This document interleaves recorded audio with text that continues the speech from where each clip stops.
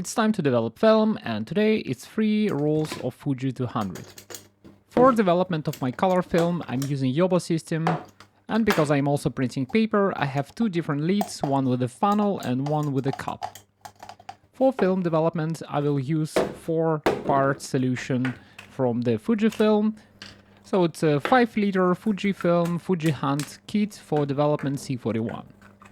No matter what you think, it's one of the best development solutions on the market, at least in Europe. I never tried Kodak, so let's load the film on a drum.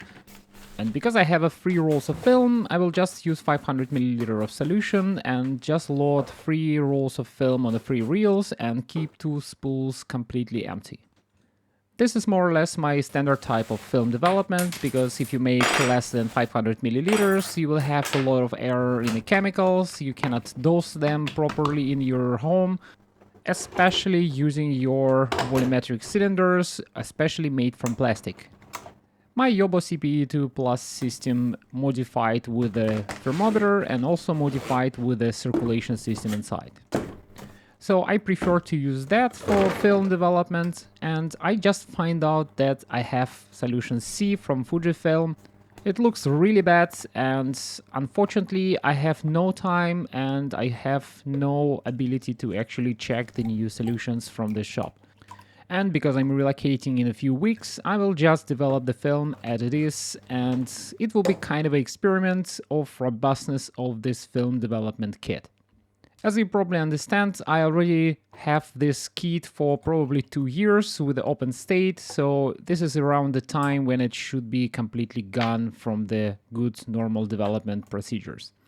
So I'm expecting the color shifts, color casts, and probably dodgy and strange looking brights on my film.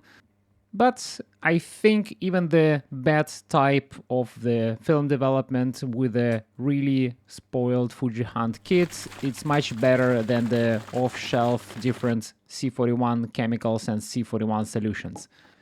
Also, as far as I understand, most of the brands doesn't really care about the storage and the packaging of their chemicals. So if you're buying the chemicals which is relatively old, 1 or 2 years, even in the bottles, they already spoiled from the beginning. They probably doesn't really look like what I showed in this video. Basically, your solution turns completely black, but parts of your developer is oxidized and you don't really have proper development curves. So chemicals, as always, quite tricky thing, and I think at the moment, for some reason, we're using all type of storages, all type of preparations, all types of dosing, and most of the time you just need a volume. So for example, I'm buying this Fuji Hunt kit, and basically I'm just at the moment using one-shot development and throw away the chemicals and develop it a little bit warmer than it should be. And it's 2 separate reasons for that. First of all, I have a temperature loss in a Yobo drum when it's rotating, and I compensate around 1 degree of the development with the 1 degree on top of my water bath. Second thing is actually I have not enough film to develop with this kit, so I just make 1 or 3 or 5 rolls and just dump the chemicals in a waste. And if you think about it, it's anyway cheaper than buying 5-liter or 1-liter solutions from the other brands. And I still don't really understand how it works, because with a 500 milliliter solution on this kit, you can develop up to 8 rolls of film with the perfect colors. And as you probably understand, I definitely don't shoot so much film, especially nowadays. So let's see the results, what I have in my development. I hope everything works fine and I have at least adequate colors on the film. I'm using several tricks to make the film looks better and do not collect the dust.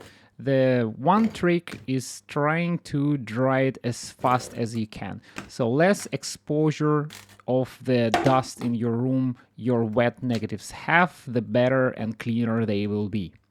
So never dry the negatives in a room in a basically steady state, just squeegee them up with a squeegee, and squeegee should be wet, and I pre-wet it in a final solution, and after that I dry it with a hair dryer. faster you dry your film, the cleaner it will be, so I just proceed with the cutting of the film on a 6 parts strip, which fits in my film sleeves, or just fit it inside the film scanner. I'm using Plastec 135, as you know, and for this application I have two different opinions, and I really like the result of the scanner, but the downside, as always, is the software of the scanner. So later I just rescan it with the classic method with the halogen lamp and the macro lens on my Fujifilm camera. And now let's check the photos what I make with my camera.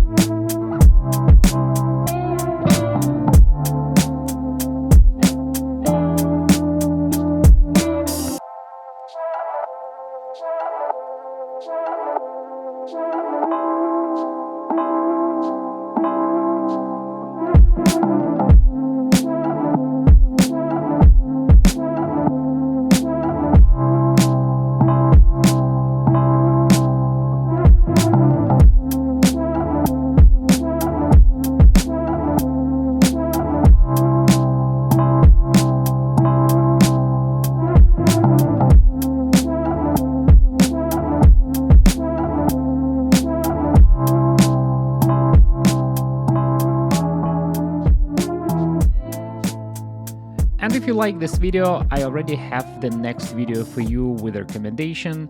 Thank you for watching and see you in the next video.